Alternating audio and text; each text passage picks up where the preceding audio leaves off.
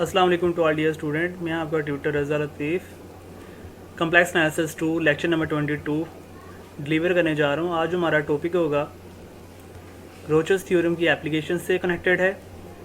तो question number 1 है, apply Rouche's theorem to determine the number of roots of the equation. और इसके लिए रूट्स ऑफ द इक्वेशन आपको गिवन है जी की पावर 8 माइनस 4 जी की power 5 plus z square plus 1 equal to 0 that lie inside the circle z modulus equal to 1। ठीक है, ये आपको कंडीशन गिवन है। तो ये इक्वेशन और इनसाइड द सर्कल ये आपको रिजल्ट एक कम्प्लेक्स फॉर्म में गिवन है। तो सोल्यूशन की तरफ चलते हैं डियर स्टूडेंट। रोचर्स थ्योरम इसमें यूज़ होगा। तो फर्स्ट ऑफ ऑल आपने क्या करना है कि लेट द सर्कल सी, जो कि कंटोर सर्कल सी फॉर्म में है, defined by z modulus equal to 1, ये आपको गिवन है। तो वी टेक आपने रोचर्स थ्योरम को फॉलो करते हुए आपको दो फंक्शन की ज़रूरत होती है। आपने उनकी नेसेसिटी को पूरा करने के लिए, कवर अप करने के लिए दो फंक्शन को राइट कर लेना है। तो फंक्शन कुछ इस तरीके से बनेंगे कि ये आपके पास इक्वेशन है, इसमें जो नेगेटिव टर्म होगी उसको आपने फंक्शन एफ ऑफ जी मान लेना है, और जो उसके अलावा अदर दैन जो पार्ट बचेगा वो आपका जी ऑफ जी हो जाएगा। ठीक है, और उन दोनों का जो सम होगा वो अगेन आपके पास यही इक्वेशन बन जाएगी। ठीक है, तो इसमें एफ ऑफ जी आपने चूज़ कर लेना है -4 जी की पावर 5। ठीक है, ये वाला, और जो रिमेनिंग पार्ट बच जाता है वो जी ऑफ जी हो जाएगा, यानी कि जी की power 8 plus z square plus 1, ये देख सकते हैं आप। ठीक है, उसके बाद जब दो फंक्शन आपको मिल जाएंगे फिर आपने क्या करना है, आपने डेफिनेशन को फुलफिल करवाना है। तो डेफिनेशन ये थी वहाँ पे रोचर्स थ्योरम में कि जी ऑफ जी का जो मॉडुलस है वो लेस देन होना चाहिए function of z f of z से, जो एफ ऑफ जी का मॉडुलस है, यानी जी ऑफ जी का modulus is less than f of z का मॉडुलस। तो अगर आप उसको इस फॉर्म में लिखें तो एफ ऑफ जी दूसरी साइड पे जाकर डिवीजन में आ जाएगा, तो हम कह सकते हैं g of z over f of z का मॉडुलस इज़ लेस देन 1। ठीक है, तो आपका लेस देन 1 शो अप करवाना है, तो इसलिए मैंने उसका ये एक साइड ली हुई है। तो इसमें जी ऑफ जी की वैल्यू ये न्यूमरेटर में लिखी है, ये एफ ऑफ जी की वैल्यू डिनोमिनेटर में ये लिखी हुई है। ठीक है, उसके बाद आपने मॉडुलस की प्रॉपर्टी अप्लाई करते हुए इन दोनों के डिवीजन को सेपरेट कर देना है। और उसके बाद जो आपने ना मॉडुलस की प्रॉपर्टी, एक ट्रायंगुलर इनइक्वालिटी पड़ी हुई है, तो ट्रायंगुलर इनइक्वालिटी के तहत अगर आप ऊपर वाला न्यूमरेटर पार्ट को ओपन करें तो लेस देन और इक्वल टू फॉर्मेशन में वो सेपरेट मॉडुलस हो जाएंगे। ठीक है, यानी कि जी मॉडुलस की पावर 8 प्लस जी मॉडुलस की पावर 2 प्लस 1, ये यूजिंग ट्रायंगुलर इनइक्वालिटी से न्यूमरेटर में पार्ट अप्लाई किया, और डिनोमिनेटर में ये एज इट इज़ ही आ गया है। ठीक है, इसमें कोई नहीं है, और यहाँ पर ये मॉडुलस की वजह से नेगेटिव पार्ट क्लोज हो गया था, वो पॉजिटिव कर दिया है। तो ये मॉडुलस की प्रॉपर्टी की वजह से ट्रायंगुलर इनइक्वालिटी के तहत ये लेस देन और इक्वल आया है। ठीक है, आपने अब डेफिनेशन अप्लाई करनी है कि जी मॉडुलस आपका क्या है, 1। ठीक है, आपने अब यहाँ पर जी मॉडुलस की जगह 1 पुट कर देना है, और जब आप पुटिंग करेंगे तो आपके पास ये रिजल्ट आ जाएगा 1 की पावर 8 प्लस 1 की पावर 2 प्लस 1 ओवर 4 1 की पावर 5। ठीक है, ये साइड पे लिखा है जी मॉडुलस इक्वल टू 1 है। उसके बाद आपके पास सोल्व करने के बाद 3/4 आ जाएगा। अब 3/4 को अगर आप कैलकुलेट करेंगे तो पॉइंट में वो आंसर जो होगा वो लेस देन 1 होगा। ठीक है, ये लेस देन 1 प्रॉपर्टी होल्ड कर रहा है। ठीक है, जी ऑफ जी और f of z whole modulus less than 1, या आप कह सकते हैं g of z whole modulus less than f of z का होल मॉडुलस। ठीक है, तो ये आपकी डेफिनेशन रोचर्स थ्योरम को फुलफिल कर रहा है। तो since f of z and g of z are analytic function with contour C such that, इस डेफिनेशन को वो होल्ड करवा रहा है। अब आपने अपनी डेफिनेशन की तरफ ही जाना है, तो अप्लाइंग रोचर्स थ्योरम। तो रोचर्स थ्योरम ये कहता है कि दो फंक्शन को ऐड करें तो वो अगेन आपके पास उसके ऑर्डर को कंटेन करे।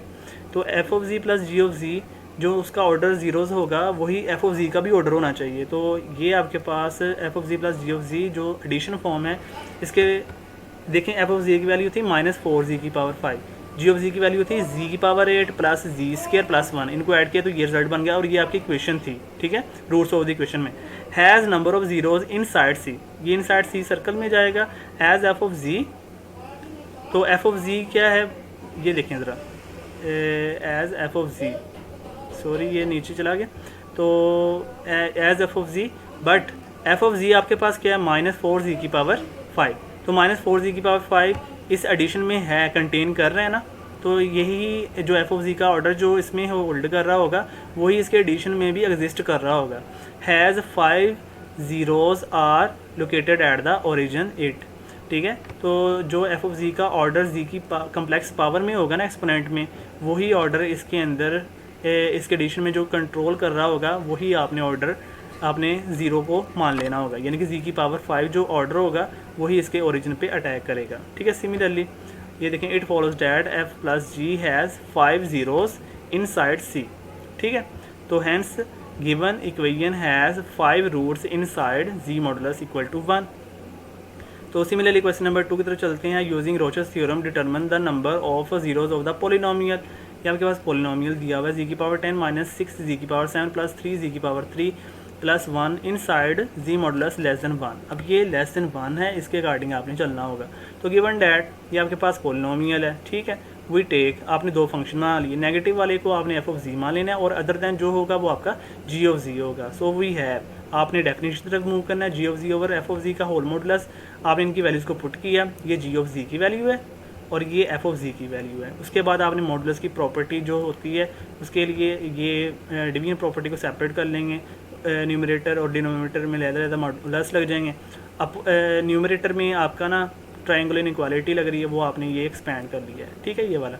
उसके बाद ये इसके नीचे तो एज इट इज़ ये आ गया। अब आपने ये less than equal triangle inequality के तहत ही आया, तो ये साइड पे बता दिया। तो आपने जी मॉडुलस लेस देन क्या है, ये देखें, जी मॉडुलस लेस देन ये वाला, जी मॉडुलस लेस देन 1 आपने अब यहाँ पर पुट कर देना है। तो जी मॉडुलस लेस देन 1 जब पुट करेंगे तो लेस देन, ये लेस देन इक्वल, ये लेस देन आ गया क्योंकि ये प्रॉपर्टी की वजह से है। तो यहाँ पर आपने वैल्यूज़ को पुट किया, सोल्व करने के बाद आपके पास फाइनली इसका आंसर आया था 5/6 और ये 5/6 लेस देन 1 है, ठीक है। तो आपकी ये डेफिनेशन देखें होल्ड कर गए हैं। सेम वही वर्डिंग जो पीछे आपने क्वेश्चन नंबर 1 में की है वही वर्डिंग अपनी यहाँ पे राइट कर देनी है। Since f of z and g of z are analytic function within contour C, तो सच डैट आपके पास ये बात फुलफिल कर गया है। जी ऑफ जी का modulus less than f of z का मॉडुलस हो गया है। तो अप्लाइंग रोचर्स थ्योरम की डेफिनेशन को फिर अगेन आपने प्रूव कर देना है यहाँ पे कि f of ji plus g of जी आपके पास एडिशन फॉर्मेशन में ये एक पोलिनोमियल को जनरेट ज़रूर करेगा। Has the number of zeros inside C as function of जी, जो फंक्शन जी का कह लें कि ऑर्डर होगा वही आपका एडिशन के अंदर भी कंटेन करा होगा। माइनस, यानी कि इसका मतलब है कि -6 जी की पावर 7 इसमें एग्जिस्ट करेगा और जो इसका ऑर्डर होगा वो 7 होना चाहिए। तो ये देख लें, जी की पावर जो एक्सपोनेंट में वो 7 है। तो f of z is equal -6 z की power 7 has 7 zeros are located at the origin it, ठीक है। तो जो एफ ऑफ जी का ऑर्डर कंटेन कर रहा होगा वही उसके एडिशन में भी होना चाहिए, तो वो एग्जिस्ट कर रहा होगा। तो it follows that f plus g has 7 zeros inside C, ठीक है। तो hence given polynomial has 7 roots inside ji modulus less than 1, ठीक है।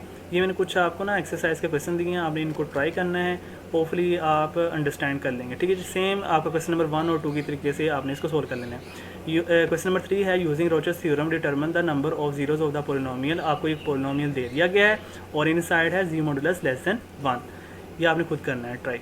तो question number 4 using Rouche's theorem determine the number of zeros of the polynomial. ये भी आपको again polynomial दिया है और इन साइड होगा जी मॉडुलस लेस देन 1। ये क्वेश्चन नंबर 3, 4 क्वेश्चन नंबर 2 की तरह होगा। और question number 5 using the Rouche's theorem determine the number of zeros of the roots of the equation.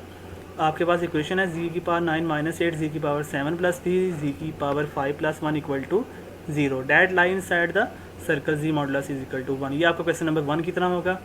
I hope all dear students आपने क्वेश्चन को अच्छी तरह अंडरस्टैंड कर लिया होगा। अगर किसी किस्म के कोई कन्फ्यूजन है तो आप मुझसे अंडरस्टैंड कर सकते हैं। तो अपनी असाइनमेंट्स अपने प्रोसेस को कंप्लीट करें, ठीक है। ख्याल रखिएगा डियर स्टूडेंट्स, दुआ में याद रखना। अल्लाह हाफिज़ एंड स्टे ब्लेस्ड।